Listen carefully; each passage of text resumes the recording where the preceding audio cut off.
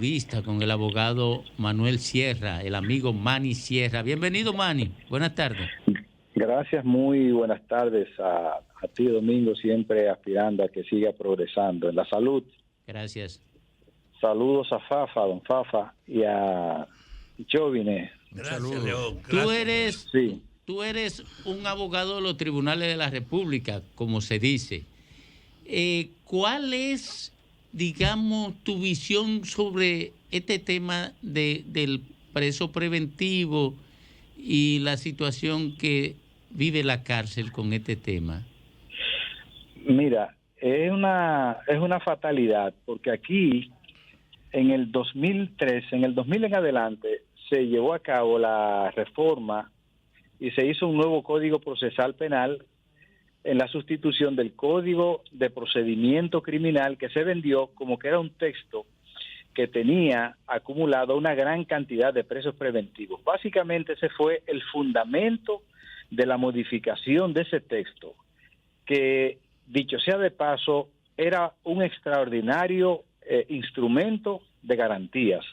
Solamente que había que actualizarlo en la parte de los derechos fundamentales, que era la parte que estaba más, más atrasada, más fuera del mercado. Pero en lo otro seguía siendo un texto extraordinario y con otras menudencias de leyes nuevas que podían inclusive agregarse ahí. Era inclusive menor la cantidad de presos preventivos que la que tenemos hoy. Eso es razonable y entendible porque lógicamente el país ha crecido en una gran población. Pero a mí me parece que uno de los graves problemas que tiene esa parte del eslabón perdido, porque de la única parte que no se recuerda el sistema penal es de la parte del preso, que, dicho sea de paso, no se le trata con la dignidad que debería tratársele. Y mucha gente dice, bueno, pero ¿qué es un preso? Y eso lo entendemos así hasta que no está o nuestra familia presa o uno mismo preso, porque todo es posible mientras uno esté vivo, ¿verdad?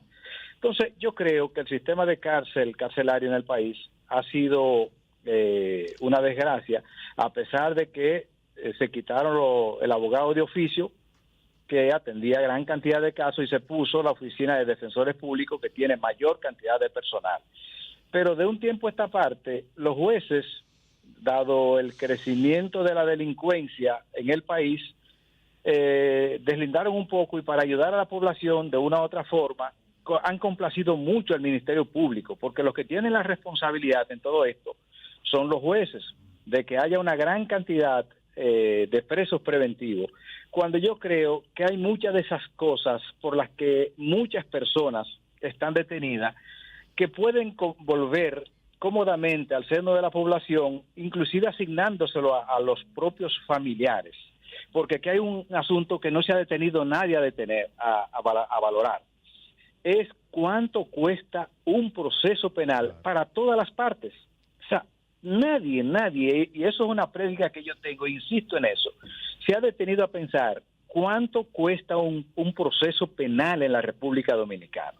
Entonces, el Estado Dominicano está cargando con una enorme cuota de un peso económico en ese asunto, porque yo creo que no hay una adecuada valoración al momento cuando una persona resulta detenida y se sopesa si esa persona constituye un peligro de fuga, que ese es el elemento fundamental por el que se pide una prisión casi siempre, que la persona constituye un peligro de fuga o que va a trastornar la investigación. Entonces, yo creo que ahí el Ministerio Público, que aquí tampoco no hay una verdadera valoración, y eso para contribuir un poco con lo que preguntaba yo, mire, con el asunto del desempeño del Ministerio Público. Eso aquí no se está llevando a cabo, el desempeño, y para eso también se hizo la Ley 133. De manera que en términos general, yo creo que esas cosas, con un mejor deseo del Ministerio Público de politizar menos los procesos, porque fíjense, yo no sé si ustedes han podido ver que los procesos en los últimos años que la gente conoce básicamente son los procesos que están vinculados a casos políticos. Y como tú decías, Domingo, hay una enorme cantidad de ciudadanos que trabajan, que producen, que una vez que están presos, entonces tú tienes esa familia que ya no tiene el sustento. tiene a una madre que posiblemente recibe una proporción mínima o a un padre en esta sociedad donde hay muchos hogares o sin padre o sin madre. Eso es una cuestión más alarmante de lo que uno se puede pensar. Entonces, todo eso genera una serie de trastornos y genera estos niveles altísimos de delincuencia, que es la otra cosa. Lo que yo quiero decir en términos general, Domingo, atendiendo a tu pregunta, es que aquí no hay una verdadera valoración en ninguno de estos elementos. Y yo creo que parte de la delincuencia se genera con esto. Doctor. Con las familias que se quedan sin los esposos o sin las mujeres y los niños que van creciendo en el curso de esas cosas. Doctor, desde el punto de vista de la población carcelaria, el informe de la Oficina de Defensoría Pública señalaba que hay aproximadamente 25,000 presos, el 70% preventivo, es decir, 18,000, y que aproximadamente en 50% habría cumplido la pena, es decir, digamos redondeando que hay 9,000 personas detenidas, privadas de libertad, a quienes el plazo de la prisión preventiva impuesto en la medida ya se agotó. Pregunto, desde el punto de vista procesal o administrativo, ¿cómo una persona que ya haya superado los 18 meses, que es el tope máximo, por ejemplo, puede ser de oficio puesta en libertad o se necesita una sentencia de un juez? ¿Dónde que está el tranque que hace que esas 8,000 gente no estén fuera? Mira, es que una vez que llegue ese plazo de esa prisión preventiva, el juez está obligado de oficio a revisarla. Pero básicamente se trata de mucha gente pobre que entonces siguen presos bajo el argumento de que los presupuestos que le dieron origen a la medida originaria de coerción no han variado y que esa persona no constituye una garantía. Pero imagínate, ¿qué garantía puede tener un pobre infeliz de un barrio que apenas puede hacer una declaración el código jurada? establece de manera taxativa 12 meses y 6 meses, o sea, 18 meses el tope máximo, o corríjame si. Sí, o sea, a partir de ahí, ¿qué se puede hacer? Eso es para los casos que tienen la categoría de complejos. Correcto. Los otros, la prisión preventiva estándar es de 3 meses. Una vez que han llegado los 3 meses, el Ministerio Público debería de presentar acusación. Casi nunca la presenta y muchas veces se pasa 4 o 5 meses y que ni el juez se interesa por revisar la medida de coerción o el Ministerio Público tampoco presenta acusación y sin embargo es verdad que cae en un limbo jurídico y ese limbo jurídico se convierte técnicamente hablando en una prisión ilegal porque no hay ningún juez más allá de los 3 meses que la haya renovado y la prisión no se renova automáticamente. No. Pero eso se ha ido convirtiendo en una práctica o en una mala práctica y esa mala práctica ya es una regla.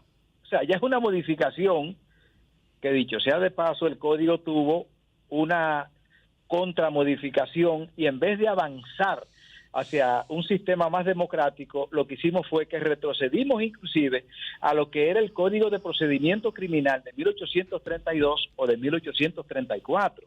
De manera que hay un asunto serio con estas prisiones y yo creo que es que una vez que esa persona ha alcanzado los 3 meses, o el Ministerio Público debería presentar acusación o debía de buscársele de alguna forma una prisión alternativa, aunque sea entregándoselo al pastor de la comunidad, porque es verdad, muchos se te van a desaparecer, porque en este país es el único país donde se desaparece la gente viva. Pero no agrégale ahí que tú no puedes poner a ellos a cargar con la culpa de que no opere el sistema de control posterior. O sea, eso es verdad. O sea, tú no puedes culpabilizar al preso preventivo 2 veces. Lo culpabiliza porque no funciona el Ministerio Público y los jueces. Entonces ellos están tirados ahí. Pero lo culpabiliza también de que si lo pone en libertad, no sean capaces de buscarlo la policía y el Ministerio Público. O sea, hay culpa, todas las culpas son para ellos, nadie más tiene culpa en el desastre. Y oíme una cosa, Domingo, en México pasaba exactamente lo mismo, y la Corte Interamericana acaba de condenar a México, inclusive de pedirle que tienen que ajustar su código procesal penal y su código penal a lo que establece la Convención Interamericana, que la regla es la libertad. Si tú pones libertad a mucha de esta gente, posiblemente el número que no comparezca va a ser bajísimo. Oye, porque Manny, la mayoría de gente van a querer salir de su proceso. Manny, pero mira lo fácil que se le varía la medida de coerción a toda esta gente que saquearon al país. Porque o presuntamente lo saquearon. Entonces tú tienes que un tipo que no se ha robado un chele, que no ha tocado a ninguna otra persona, variarle la medida de coerción, tiene que venir aquí y yo ponerme todos los días a repetir el desastre en el rumbo de la mañana y aquí en el sol para que le puedan variar la medida de coerción. Pero fíjate, y este tiene que hacer un escándalo a la salida de un tribunal para que le puedan variar la medida de coerción. Pero fíjate, Domingo, Manuel, a la mayoría de...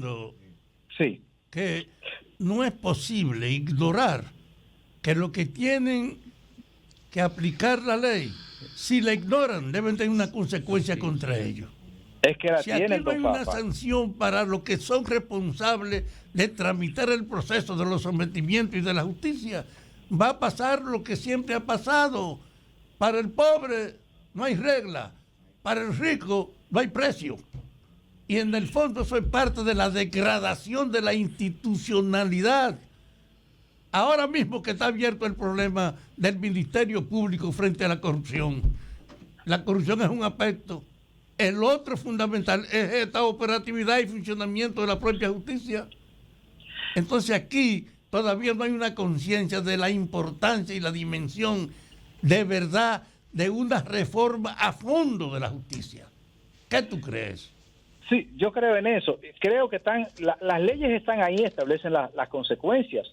La Constitución plantea en el artículo 148 que cuando la autoridad, cualquiera que sea, desde el 1 hasta el 0, ¿verdad?, viola la ley o interpreta maliciosamente la ley, eso tiene unas consecuencias. Y eso lo establece también la ley 107/2013.